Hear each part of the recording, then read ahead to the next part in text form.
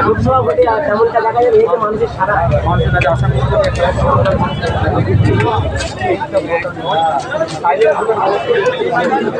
কারণ এখানে আসলে আপনারা জানেন যে অনেকটা ভয় দেখায়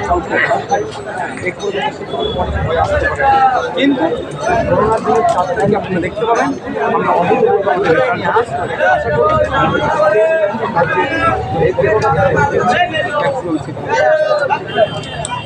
আগামী পঞ্চায়েত ভোটের মতো যদি লোকসভা ভোটেও বিজেপিকে ওরকম ক্ষমতার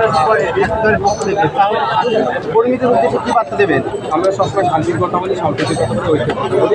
তবে একটা কথা ইসিআই অনেক কথা বলেছে, আশা করছি ইসিআই এই সমস্ত বসিরহাট এই অঞ্চল এলাকাগুলোতে বারাসাতের প্রথম এলাকা, যাদবপুর, আপনার ডায়মন্ড হারবার, মথুরাপুর, জয়নগর, বনগা এই সমস্ত এলাকাটায় আরও ভালো করে নজরদারি রাখবে, যাতে শান্তিপূর্ণভাবে ভোট হয়, সে দায়িত্ব ইসিআই।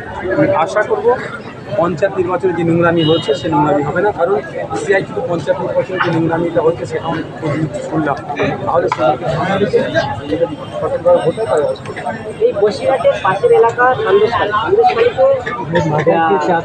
এই দেশের বাইরের দেশের আর কি শীতকাল পাবে কি বলবেন, এখন কি আসে বলে আশা করবেন?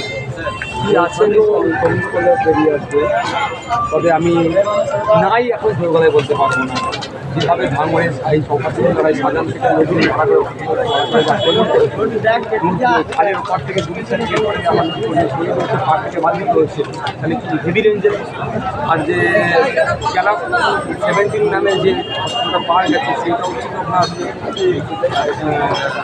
বেলজিয়ামে তৈরি।